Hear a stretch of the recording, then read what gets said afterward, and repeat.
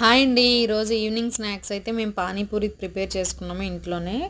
ఇలాగా బయట పానీపూరి అప్పడాలు చిన్న చిన్న అప్పడాల ముక్కల్లో ఉంటాయి, అవి దొరుకుతాయండి.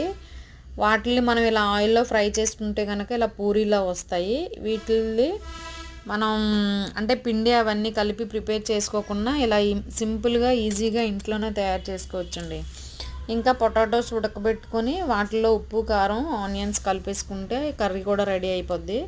అలాగే కొత్తిమీర పుదీనా అల్లం చిన్న ముక్క జీలకర్ర చిన్న చింతపండు ఉప్పు ఒక పచ్చిమిర్చి వేసుకొని మిక్సీ చేసుకుంటే కనుక దాంట్లో తగినంత వాటర్ పోసుకొని వడకట్టేసుకుంటే మనకి పానీ కూడా రెడీ అయిపోద్దండి. ఇలా సింపుల్గా మనం ఇంట్లోనే పానీపూరి అయితే ప్రిపేర్ చేసుకోవచ్చు. ఇలా హెల్తీగా ఇంట్లో మనం మన చేత్తో మనమే తయారు చేసుకుంటున్నాం కాబట్టి చాలా బాగుందండి. మంచి టేస్ట్ అయితే ఉంది. దీనికి లాంగ్ వీడియో చేశాను, కావాలంటే ఒకసారి ఛానల్లో వెళ్ళి చెక్